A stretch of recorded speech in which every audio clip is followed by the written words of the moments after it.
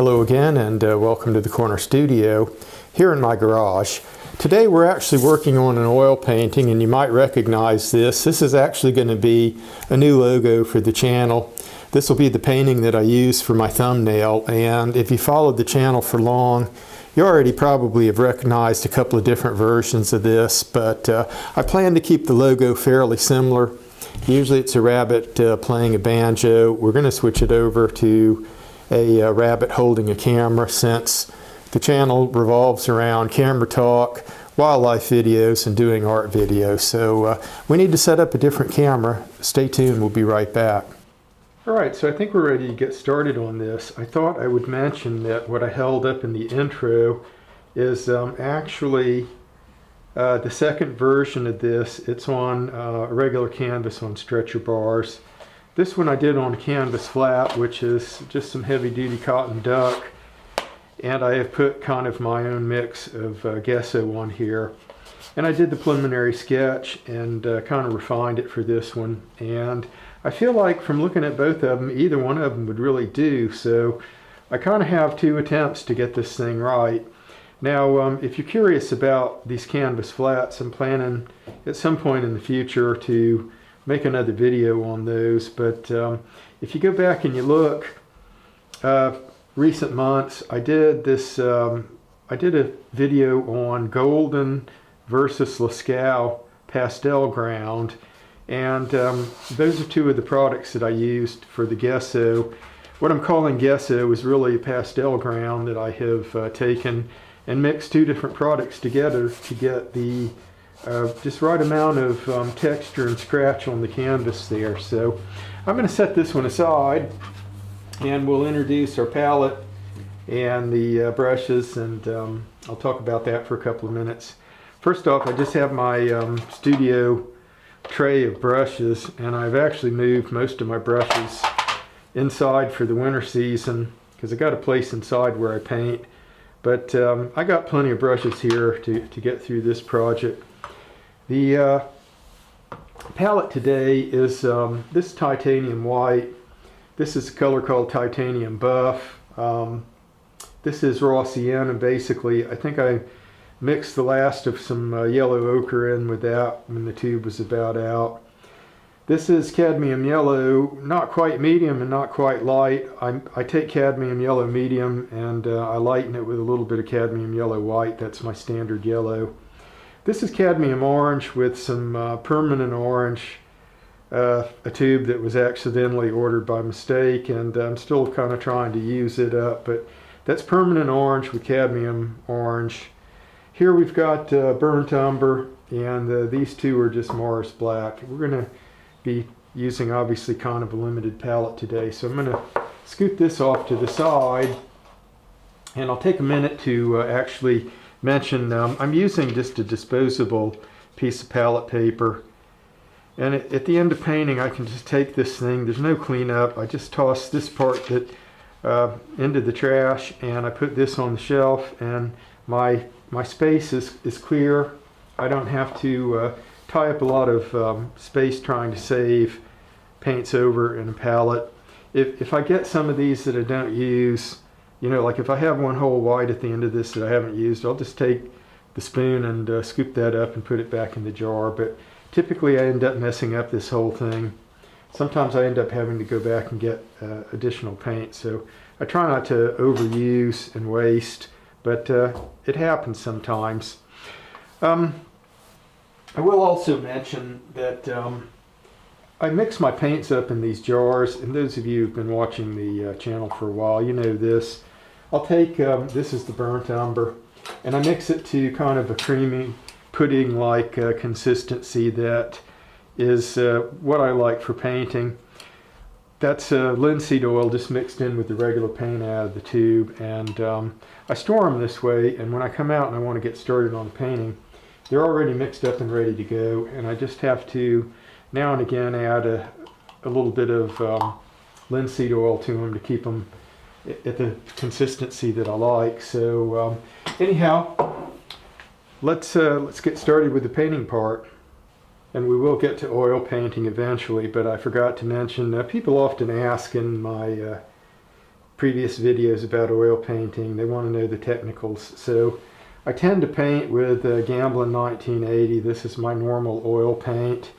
And I like the price on it, and I like what you get for the price. I have experimented with expensive paints, and I always seem to gravitate towards this with new orders. I also often have used these Isabey brushes. Pay a little bit more for this one. You can see this is a new one out of my supplies drawer. I haven't even used it, but out here my studio kit, I've migrated most of those brushes in the house. I'm actually painting with these Winsor & Newtons.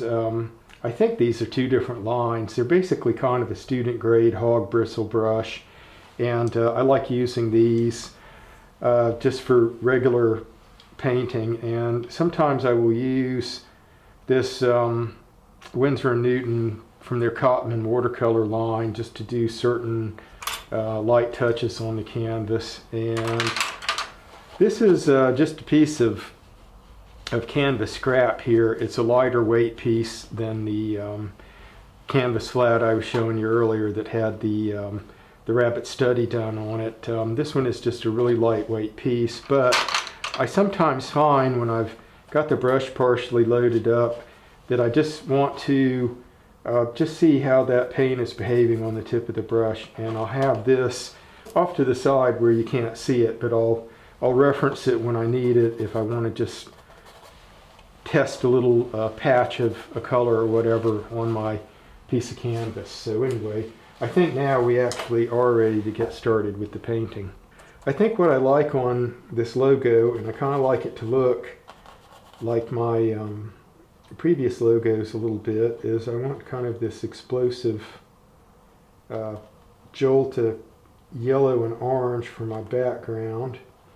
That serves a purpose so that we're not losing track of, so that people who see it don't think that it's a different channel. The logo, this one will look enough like the older ones where people won't think that they're looking at something different. And that's part of the purpose of it. But I always just thought that this kind of splashy combination of yellow and orange just worked really well for a background.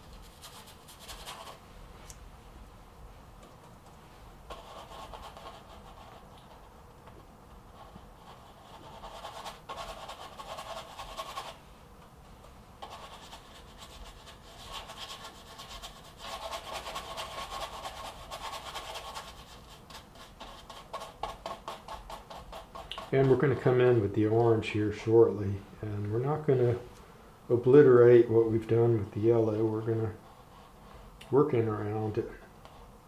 I'm going into this with a partially loaded brush with yellow on it, and we just picked up some orange, and we're just starting to cut it in.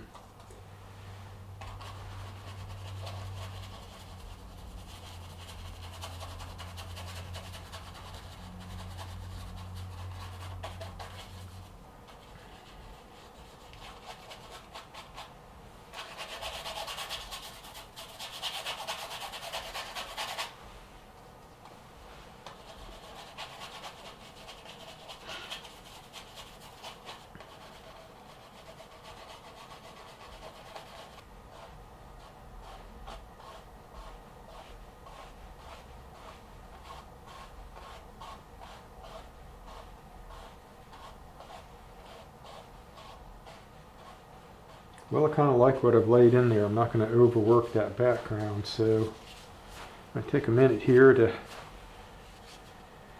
get some other materials out. Be right back. At the end of the day, I'll be using Murphy's wood cleaner just in a container like this to clean my brushes.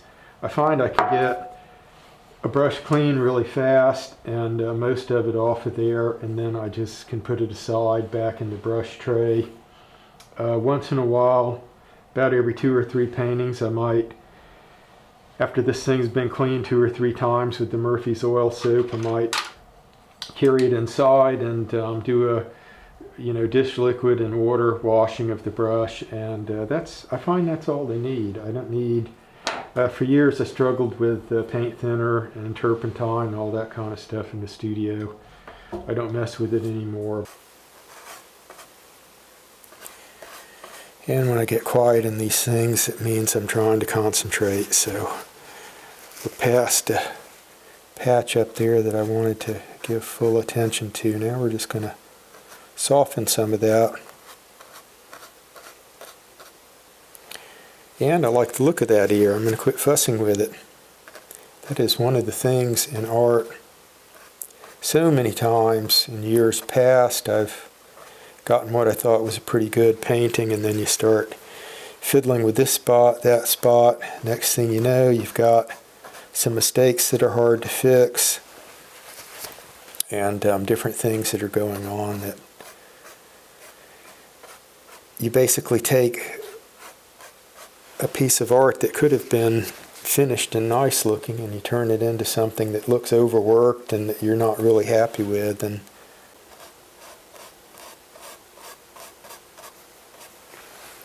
we've drug in some of that yellow. We're going to get rid of that. We got rid of the excess. We didn't get rid of all of it, but now we're going to find, this is the black that we mixed with some of the titanium buff, and we're going to come in there and just start cutting some of that in. It's quite dark. We're going to just hint at some darker places under the eyes and at the edge there of the canvas.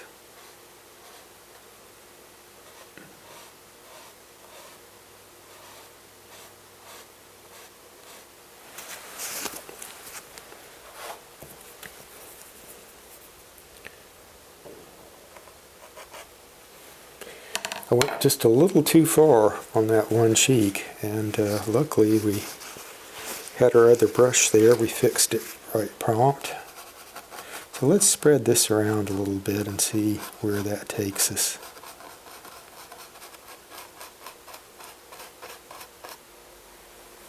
And I don't like going back in when I've got that much completed, but I'm really going to just remove some of that back to the original drawing, and I think we can come in now with our brush with some yellow back on it and just go right up to the edge there. And this is part of the thing of, you get something that, I won't say it didn't go well, but it could have gone better in that spot, and you just go back and you say, I know how to fix this, I'll deal with it. I think there's a lot of programs on YouTube that they edit the work to make it look like there was no problems getting from point A to point B, and I think sometimes that's not really helpful. Okay, so I'm cutting in this darker orange here, and I think I just hit the last lick there that I wanted with it. I'm going to leave that part right next to the rabbit alone because I think it's a pretty good spot, and I'm going to pull a little bit of this orange downward, and I think we're in a good spot there. I'm going to quit fussing with that. Now, there's a little bit more here in the face that I want to do, and I'm refreshing my screen here just to maybe give me some hints. I have my piece of canvas back so that I can kind of test what the amount coming off the brush is going to do.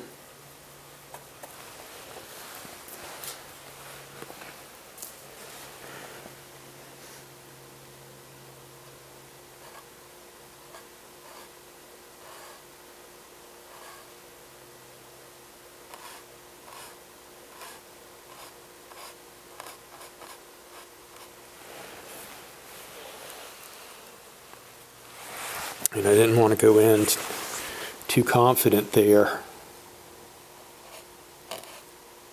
But I think we're getting about what we need. And that was the raw sienna.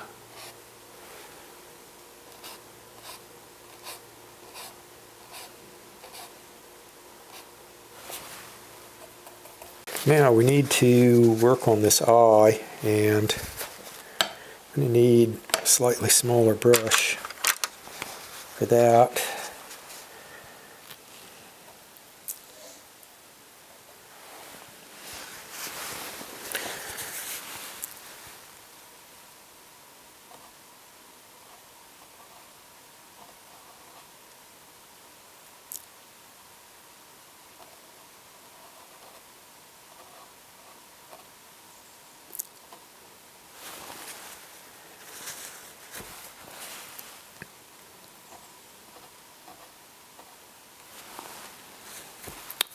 I'm going to come in with a little bit of this charcoal-y kind of color that we made out of the titanium buff and the black.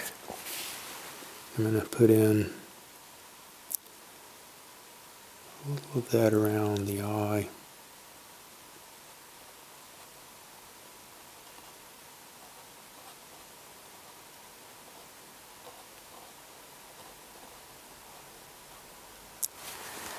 Now we're going to try just dropping the eye in there and see how it looks, if we need to adjust that any.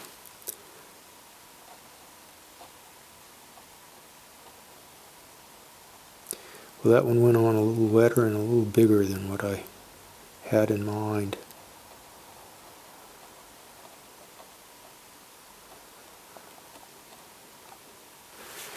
So that one kind of looks like a raisin that's been shoved on a gingerbread man, so we need to maybe do something about that. I'm going to try just lifting some of that out of there. Yep. I basically went in with a dry brush and just kind of lifted that out.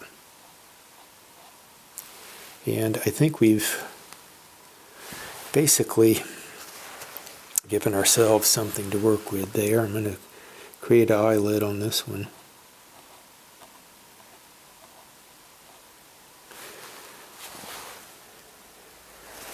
And I think we've got what we need. I'm also kind of thinking that from about here downward is where we need to focus. I may just stop fussing with that top part. Once this thing's photographed, and then shrank down to something that's only this big on your computer, the whole thing, they take a, there's a spot on the user dashboard where you drop your picture in, and then you have room to kind of move it around a little bit, and you're just taking a portion about like this, and you're putting it into something that a person sees on their computer that's about this big, and maybe on their phone that's just the size of a chiclet. So it's that dynamic that you get when you take something and you kind of shrink it down. It looks more dense, and the proportions tend to tighten up, and the colors and everything else when you're just looking at the full-size original. Sometimes the shrinking makes it look even better than what you were working with to start with. But anyhow, let's keep our forward progress going here. And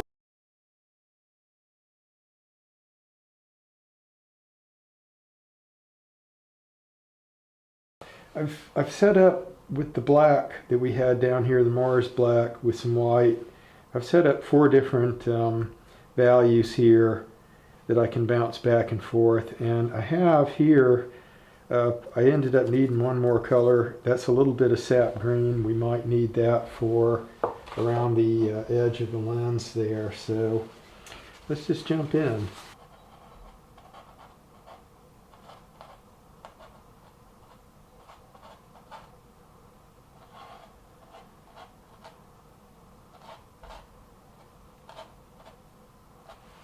Okay, let's take a darker color in and do that ring that's kind of around the edge of the lens.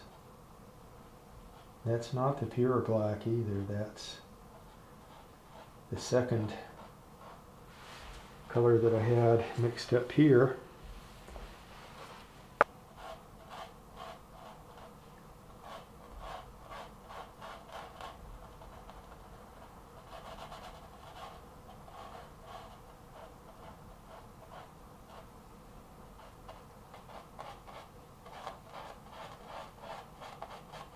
And sometimes I see cameras when I'm messing with them, or other people filming camera equipment. You see kind of a green kind of background in part of the lens, and I think that's from the sensor, which is, if you take a camera lens off and you look at the sensor, they're mostly green. But I'm going to put this one up on the easel, but I think we've reached a good stopping point with it. So I want to thank everybody for joining us today, and we hope to see you again soon in another video. So till then, take care.